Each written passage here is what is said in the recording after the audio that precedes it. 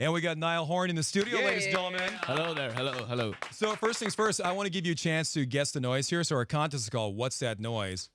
If you guess correctly, I mean, there's a lot of money up for grabs, but you can't do the money thing. If you guess, we're going to play your new song 10 times in a row right now. Well, you told me that you were going to do that anyway. Oh, then there's that. That was how we got him here. That's what we We're promised. busted. Here's your noise. Here we go. Niall Horan, what's that noise? Come again? Okay, here it is one more time. I mean, it sounds like you scratching your beard on the microphone. Ladies and gentlemen, let's start it up. Here's Niall Horan's new song. Here we go. Nice to meet you. It's Valentine in the Morning, 104.3 MYfm. Niall Horan in the studio. We love this new song, buddy. Congratulations. Oh, thank you very much. I appreciate it.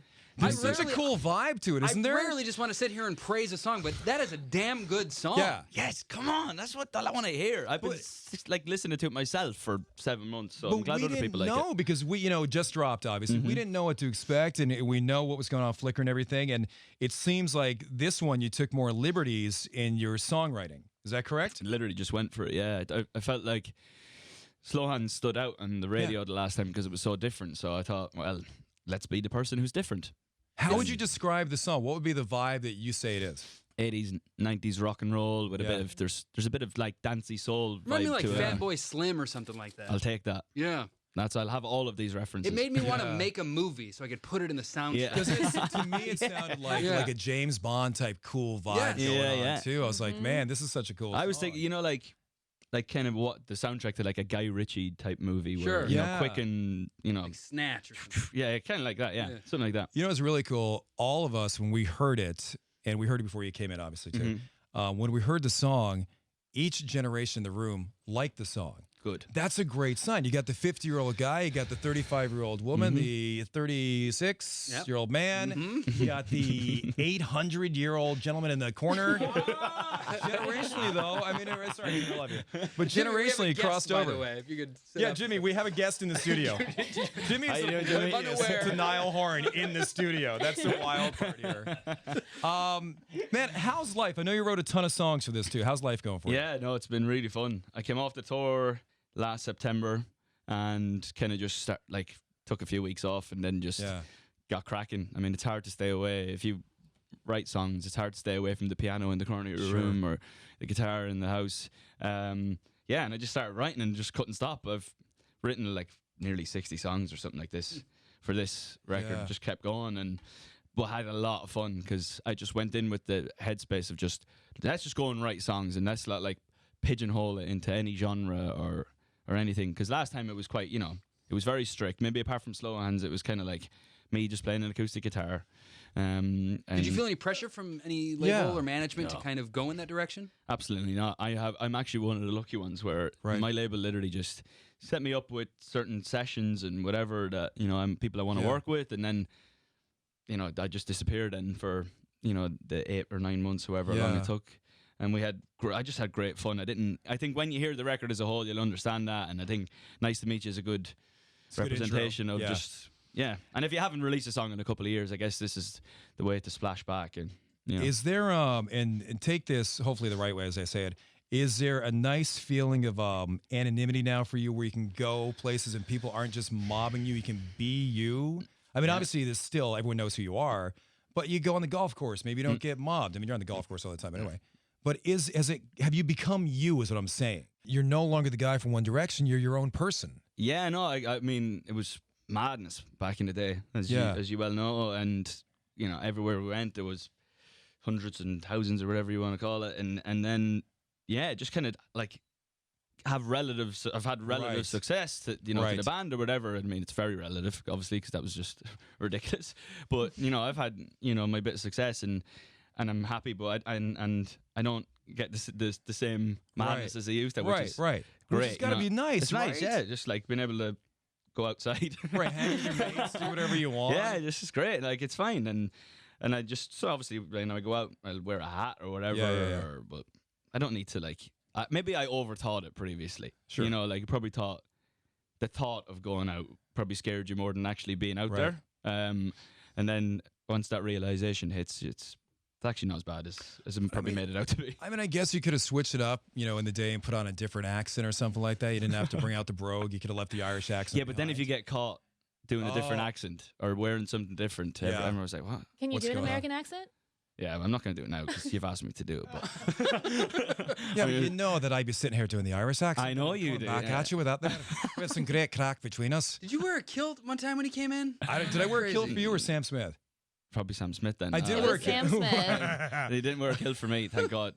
No, it's nice. It's nice. Where are your crowd from again? My family's from Cork. That's right, yeah. Yeah, Cork. Mom's actually over here. Mom's born and raised in Cork. Dad is born and raised in Cork. Mom's over here visiting right now. So Really? Oh, she's... No, I'm sorry. She lives in Connecticut, but her brother and sister-in-law, everybody's over from Cork right now visiting. So my whole house is just talking like this. I feel like every American is a cousin from Cork. I think they might. You know what I mean? There's only about 4 million people in Ireland, but somehow every single American, all 300 million of you have... Well, I mean, Cork is the capital of Ireland, am I correct? Well, there's a joke in there because it's not. People from Cork think it is. So yeah, it's the center of Ireland. Let them away Good with joke, guys. Thanks, buddy. Really appeals to everybody. Going here. Mass appeal. We'll take a break.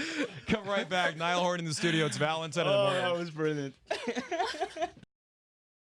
Nearly 2 years since I released a song. Has it been that long? 2 years? Yeah. Okay.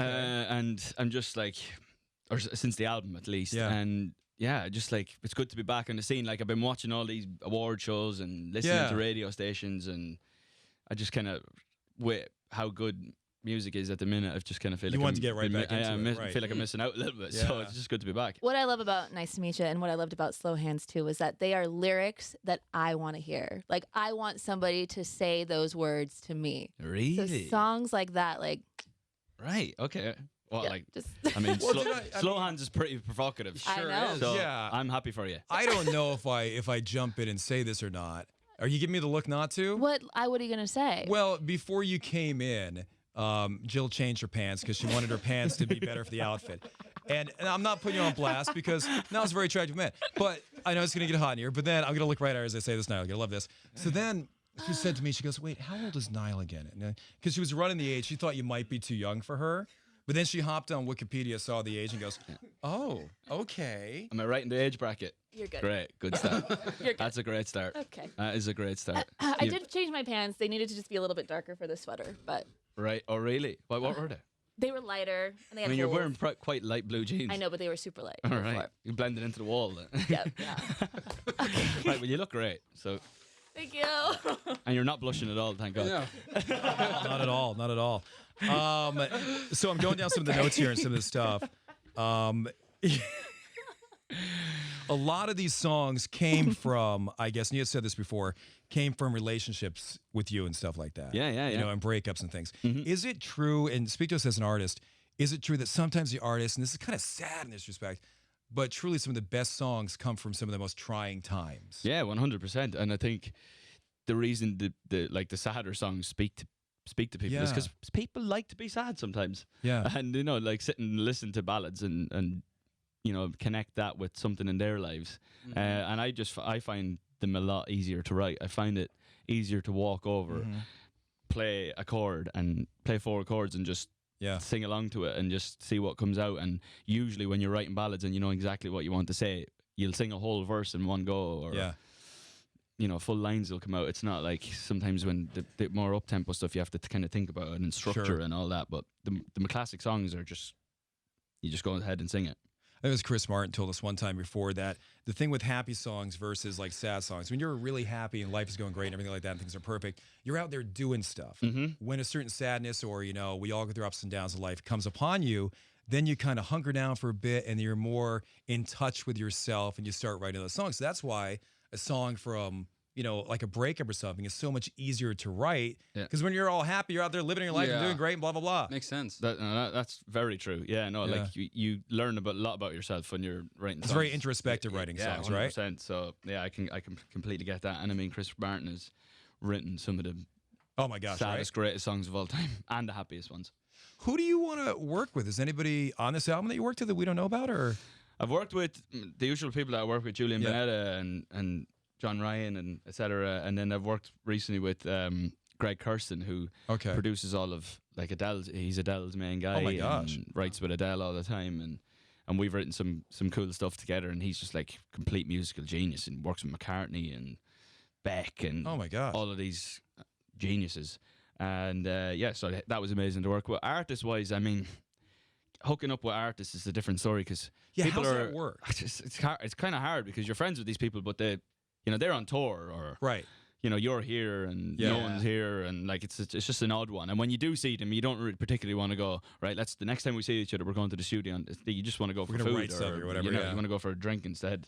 So that's why a lot of collaborations don't end up happening a lot of the time. But Right. I would personally like to do more. Were of you it. more comfortable this time around? I mean, Flickr was your first venture out on your own. Was it a different experience now? Like just a lot more confident going into this by yourself? Actually, yeah, and like, that type of music ended up being, quite, it's quite sad music, to be fair, and it ended up being quite, successful in the end. And off the back of that and touring for a year, you get like, you go out and people want to see you and hear from you. So you walk into the studio with your chest out a little bit more and just go for it. And I think this song's a good representation of how I was feeling when I was doing it. The song's fantastic, and we all agree on that. Last time you hear, my son asked you about like musicians that you really like and stuff, and Don Henley's name came up. Yeah. And you're still tight with Don Henley? Yeah, Don's the best, yeah. So you actually send him some of your songs for Don Henley to kind of listen to and stuff? I know, you're asking me like that, and I agree. I think it's ridiculous also. I think it's great. No, it's not ridiculous. I know, it's it just sounds ridiculous. Like it shouldn't be, but it is. And he's just a legend. Like he's my hero, my songwriting hero. So he's written some pretty goddamn songs over there. Goddamn good songs. Just to be able to sit there and send your songs to Don Henley and you go back and forth and maybe a collaborative effort or something where he's telling you what he likes and doesn't like and stuff like that. I'm very happy for you because that's such a cool thing to have in life. Oh, 100%. Like I went to watch my first Eagle show when I was 4. Yeah. So to have the guy on the other end of an email is pretty cool. Pretty cool. Yeah. Like I still wear like Eagles merchandise and. If you send him an email, if you send him a song or something, are you like checking your email every few minutes? Like, did he respond? Yeah. Did he respond? Literally, yeah. But he's been known to be one of the most honest guys of all time, and he's great. Oh like, my I gosh. like that. That's why if I send him something, I'm expecting something harsh back. Yeah. He's good at it. Do you spell check everything? Like sometimes I have to send an email to a boss and I'm spell checking it. I have my wife read it or something. Do you ever go through that? Yeah, literally just like make sure it's all correct and you've said the right thing because you don't want to pee anyone off. Right, exactly. Well, dude, it's so great to see you again. Thanks very much. Good to see you. It's been a while, but Welcome you all back. look lovely. You all look lovely. Man. Beard looks great. Thank you very much. For those of you who can't The see. wife hates it. She absolutely hates it. Really? It's too gray. She says it makes me look really old and everything. I like it with the beard. Yeah, but I think you're you look not slick married and to young. me, Yeah. so, No, you I'm know. not, but I look slick and young. Is that what you said? Yeah. I think The you look gray great. makes me slick and young. I mean, if I go grey, I'm not going to be stopping it. Let me tell you something. Next time you come in here, you're getting the kilt. Oh, You're going to give him a kilt? No, he's getting the kilt. I'm going to give it to him. right. oh, He you're knows gonna what I'm wear talking That's about. very nice. That's very nice of you. Yeah, it's Irish talk. We got some good crack going on. it. Okay. No, All right. thanks very much, bud. Good to see you. Thank you.